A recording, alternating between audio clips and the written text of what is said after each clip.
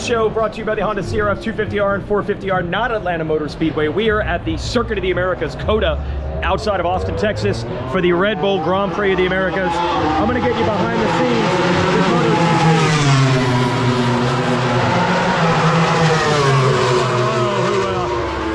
55% of Pulp Nation doesn't know who that is, but we're gonna get you access to some of these riders. But more importantly, I want to talk about the cultural differences between MotoGP, which is truly the pinnacle of motorcycle racing around the world. I would like to argue that it's maybe the pinnacle of racing, but as we all know, Formula One is just blowing up to unheard of levels, especially in America lately, so I can't make that argument. I can say this is the top of motorcycle racing. Pretty early on a Saturday here, MotoGP qualifying right now. I'd love a sprint race later and then racing on Sunday. What I've already learned though is the completely different philosophy in this type of racing culturally compared to motocross and supercross. And I don't mean the difference between America and the European-based teams here, the Spanish, Italian with a little bit of English influence that they generally have in this paddock.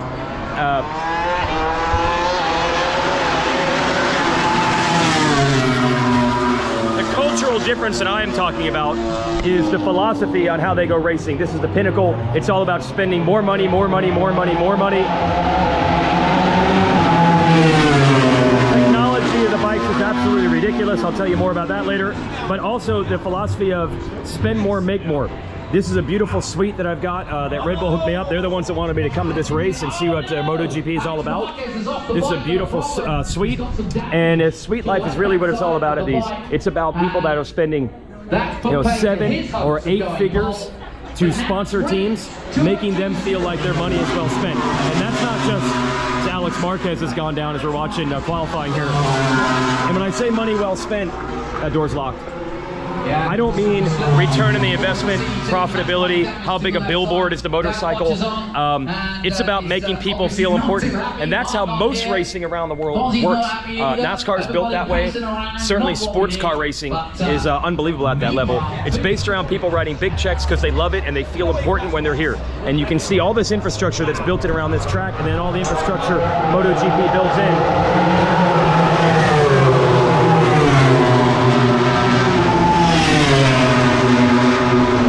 Flag is out. It's all based around that philosophy. We're not building from the bottom up, we are building from the top down. The bigger and more grandiose and the more money and the more obvious it is about this crazy lifestyle and expenditure, the more clear we can make this is big, this is expensive, this is a huge deal, you need to be here, this is the pinnacle. They just keep hitting those notes. Certainly that's the philosophy that Formula One has exploited with the Drive to Survive show, and obviously it's done wonders for that championship, and it's the same thing here. Yeah, so we're in the paddock. This is Friday. I don't know if I'm allowed to do this. Jack Miller, what's up? Am I allowed to do this, or is this not an official press session? I don't know. You're not going to ban me, are you? This is the Weege Show. You know the Weege Show? Truman, he knows the Weege Show. Wow. All right, he's officially my guy. Take your selfie.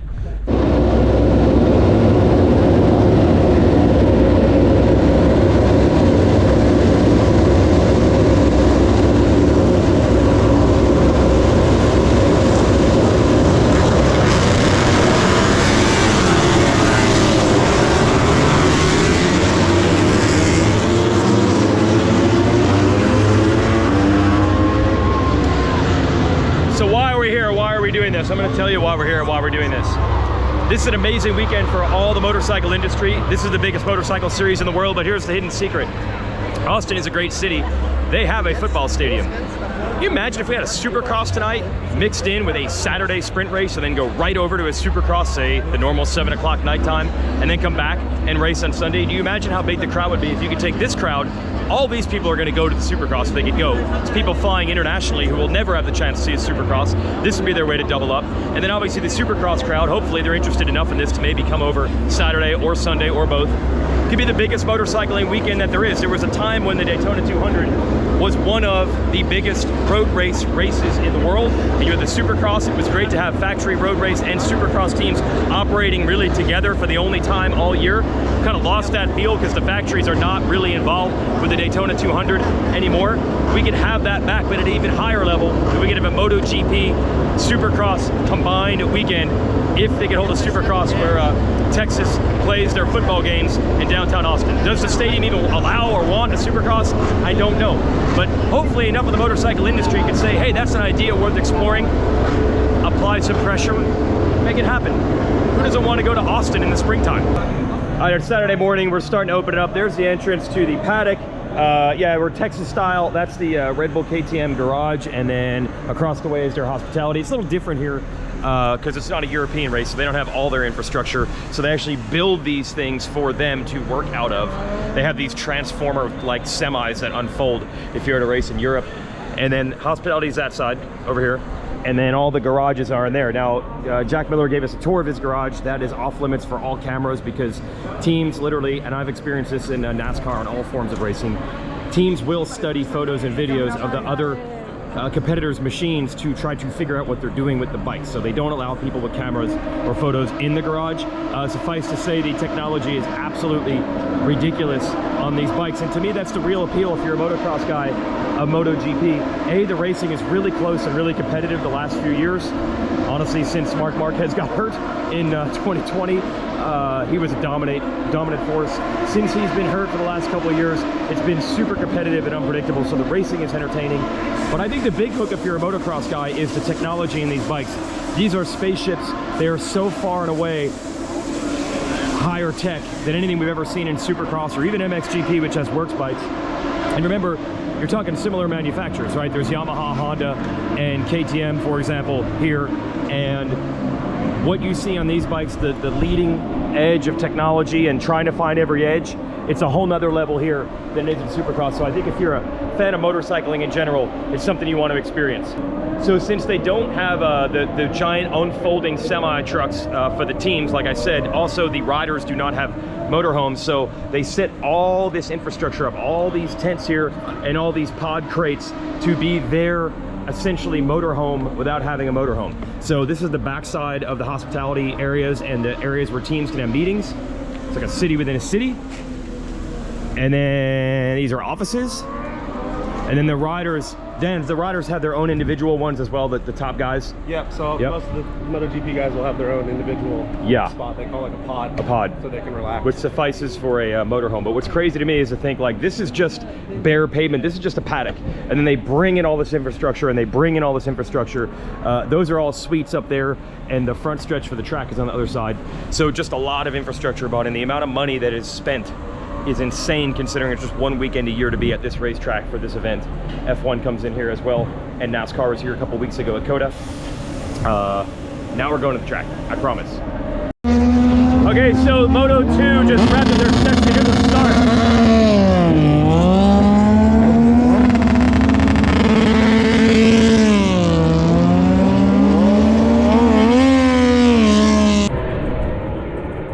Okay, MotoGP, this is the only free session they get all weekend. It's about 10 a.m. on Saturday, and that means they're not pushing it, right? They're not going that fast. We're only about a minute or two, a lap or two in, so the tires probably aren't even warm. They're not going all that fast.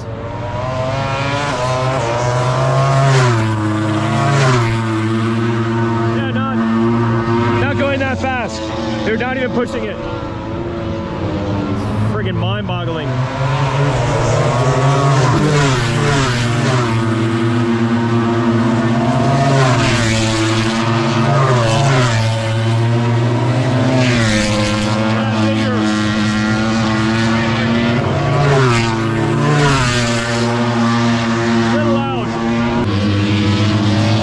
Jack Miller down in the gravel trap here. That sucks.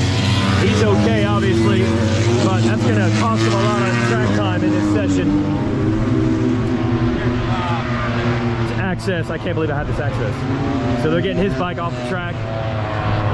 Gnarly section here. See Aprilia, that's either Maverick Vinales or Aleix Espargaro. El Diablo, that's the 2021 World Champ Fabio Quartararo on the Monster Yamaha. And we're giving Jack a ride. They're just giving Jack a ride. Hold up! You switched. I got replaced by Jack Miller. I got replaced. He took my seat. That's all right. Just helping out Jack Miller, that's what we do.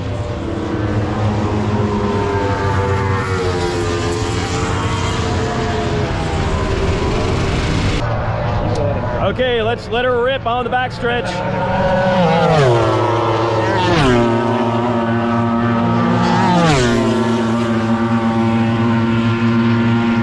That's insane. Here we go.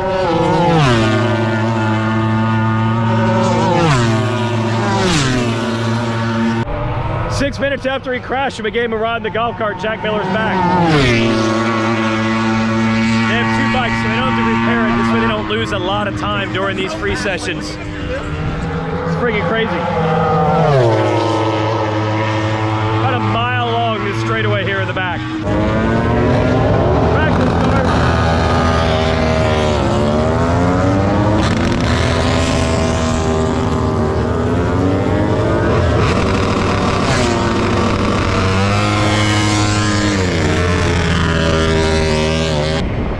Say hey. Dan Truman, say hey. This show, as mentioned, as always, brought to you by the Honda CRF 250R and 450R. Can I say it in the proper accent? Lighter, faster, stronger. Point and shoot handling, track tune, suspension, and low end power to get you out of corners quick and chase checkered flags even more quickly than that. Hey Dan, have you seen any Honda riders lately in Florida working on things? Any brothers? Some brothers. Any kid who's about to be like 250 Pro? Anything like that? That might even be here today. Yeah.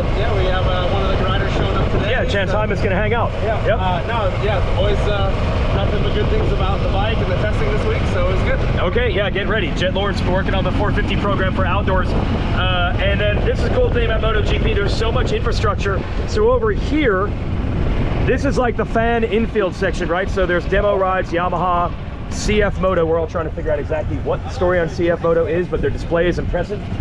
Very impressive display. Impressive display. They have imported bikes and humans and everything. Yes.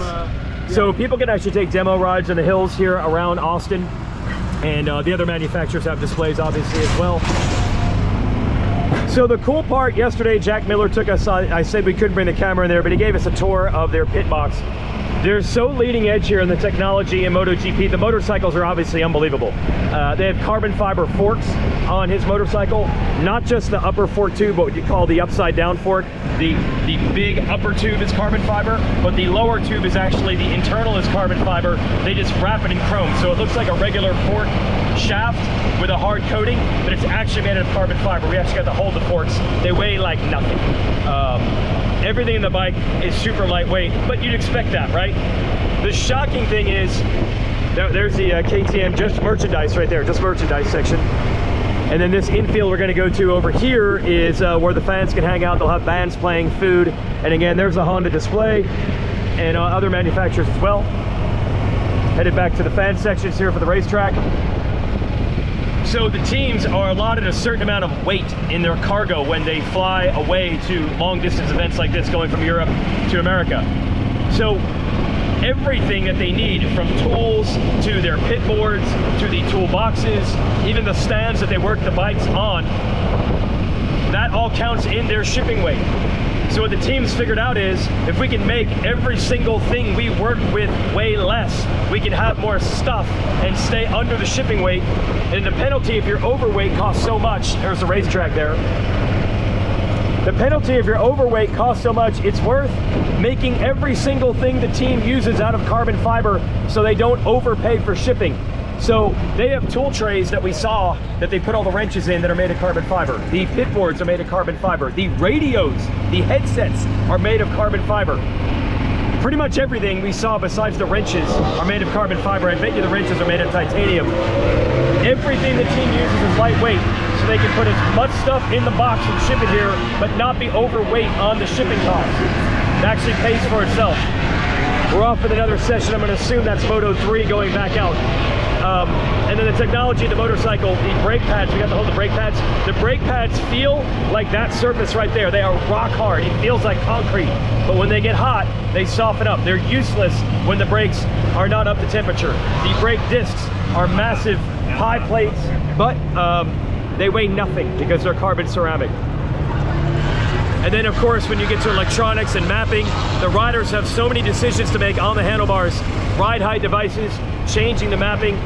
Jack told us that he changes the mapping. He can tell when the rear tire is starting to lose grip, and they will change to a setting that has less engine brake because you'll start to slide the rear tire more with too much engine brake when you start to lose grip with the rear tire as it wears. And he's got to know all this. They don't have radio communication. He just has to have this internally wired himself to know how to make these changes on the fly while he's going 220 miles an hour on this backstretch battling other riders.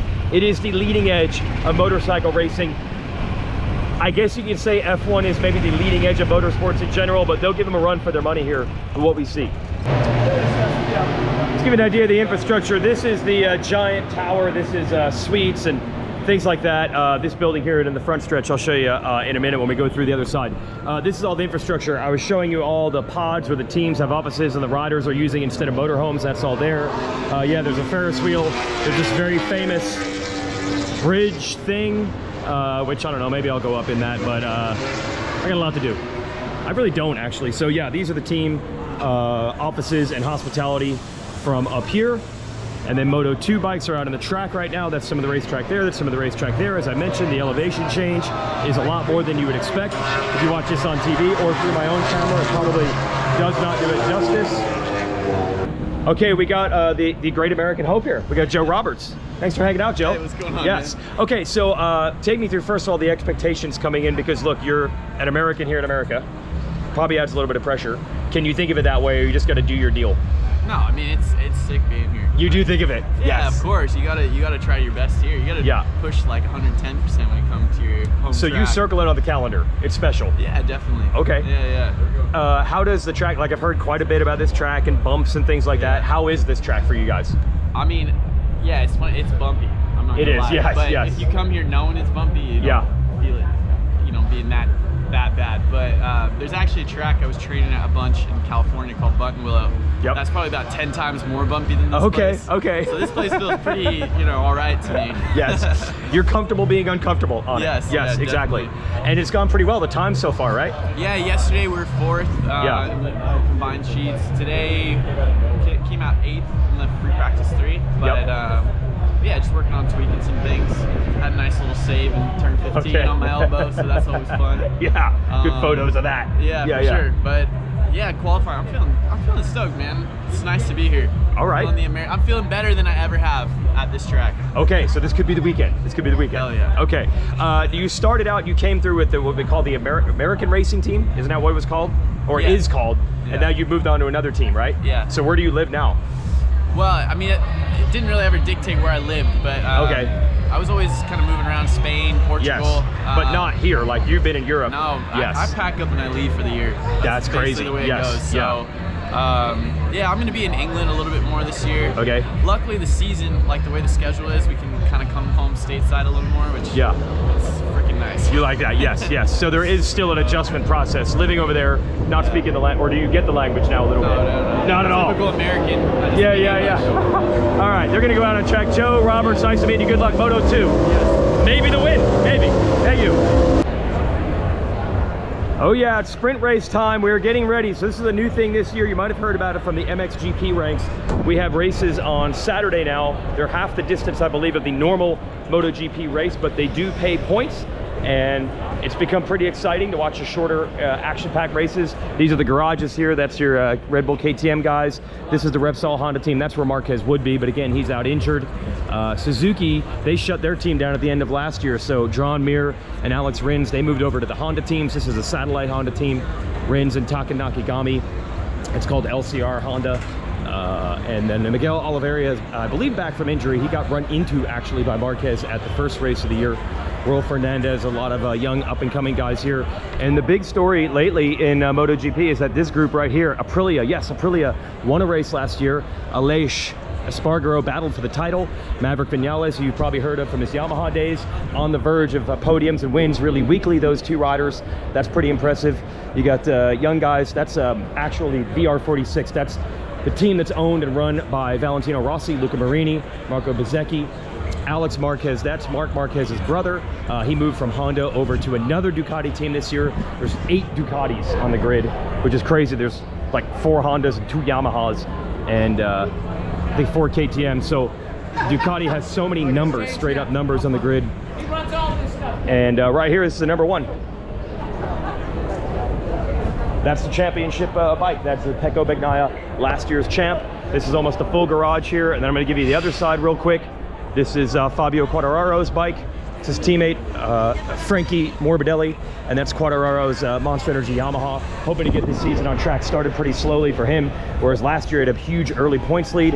This is going to be the Media Parc Fermé area at the end of the race. There's the podium. This is pit wall. I'm going to head over to the grid in a second. I mentioned that these teams have to ship all this stuff, so even these pit boxes are designed to be fold up to a very small amount of space and to be very lightweight. Yes, the teams and the engineers even work on the pit boxes. This side, yep. All right, down in the grid we are. Now there's a lot going on down here as we get ready. Riders are doing some sight laps to warm up their bikes and their tires. It's AMA President. Very good, good to see you. Oh, the lovely Hannah Lopa. Hi, how are you? From Moto America. Hey, it's almost like we're working together on TV briefly. Yeah, why don't we just like do a grid walk like we would I know. You got to feel a little bit of FOMO. Like you want to get out there and do it, Robbie. I do like to be working, but yes. I'm enjoying being a fan today. Yes, I'm trying my best to like chill and not feel like I need to be in 9 places at once, but it's old habits, right? Yes. Right, you can't help yourself. No, I know. You don't have to work right now, but this is what we do. Yeah. Good to see you. You too. Right. That's Hannah. She does this job here when we're at Moto America for road racing in the US. What's up? Good to see you. Every once in a while, I'll do some road race stuff. How about that? So there's Pecco Bagnaia. That's your world champ. He's also on the pole today in the sprint race. Could be the points leader this year, but he crashed out actually in the wet at our last race 2 weeks ago in Argentina. And we'll go further and further down the grid here and just kind of show you the atmosphere.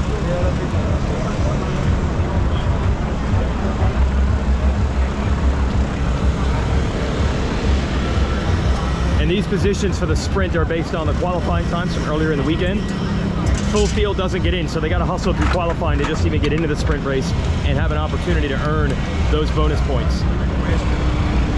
Hey, good to see you. I know where you are because my guy GL said you got the place to be. All right. Good. Yeah. In the bus? Bus or? We don't have the bus, no. Oh, no. What do you got? I knew you were coming. Yeah, we went to run to the big guns. Big hospitality up there, yeah. That's not bad. That's not bad. Yeah. Yep.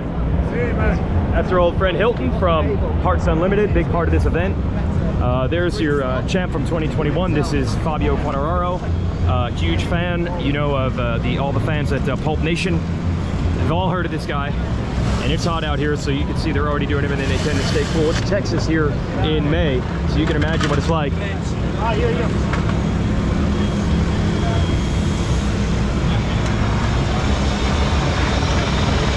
Down to the KTM grid.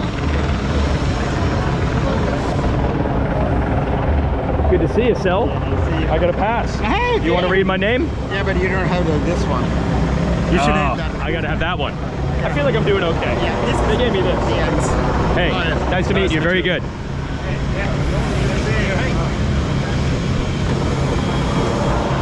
There's a man, Jack. I feel like Jack has become our magnet here in the show. And Brad Binder won the sprint race at the last event in Argentina, coming from way back. So it can be done even in the short races. Binder's not a qualifying master. His specialty really is coming on in race trim, not qualifying. So he's able to get it done in these sprints. That'll be fun to watch.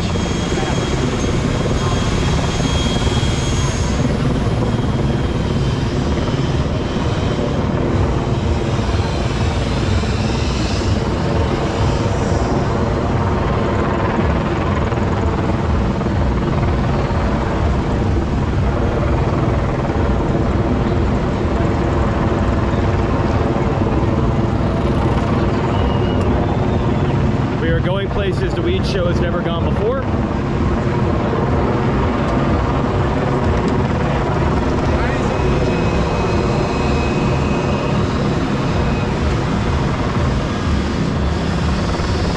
And that's our full grid for the sprint. How long until they kick us out of here?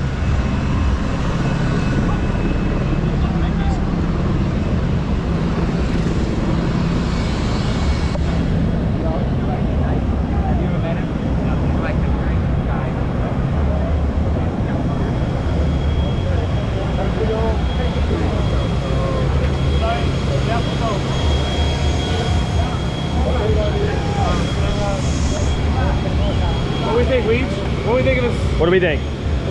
Well, I saw KTM win the last sprint, so you got a sprint built in there, right? Yeah. You got a sprint. Which bike is this? Your First one or your second one? What are we on? From earlier today. Back to the first one? Yeah, whatever one they can put back. Whatever they put back together at this point. That's not gonna happen anymore, right? We're done. We're good. All right, thank you. Couple of crashes for Jack today.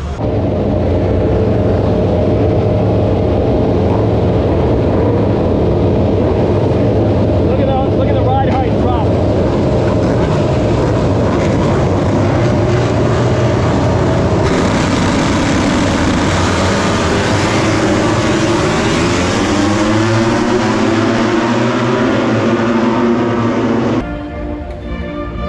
Sprint race is over. Congratulations, Pecco Bagnaia. He won it, made it look pretty easy. That's our Weege show. We're playing the national anthem for him. They'll have some press sessions, so many press sessions for these riders, it's crazy. And we'll see you with more Weege show. We're gonna cover Atlanta Supercross tonight in a separate show. And then I'll even wrap up the MotoGP weekend as well. And thanks to NBC, I'll put some additional bonus coverage on the NBC Motorsports channel as well. But thanks for joining us, MotoGP edition of the Weege show.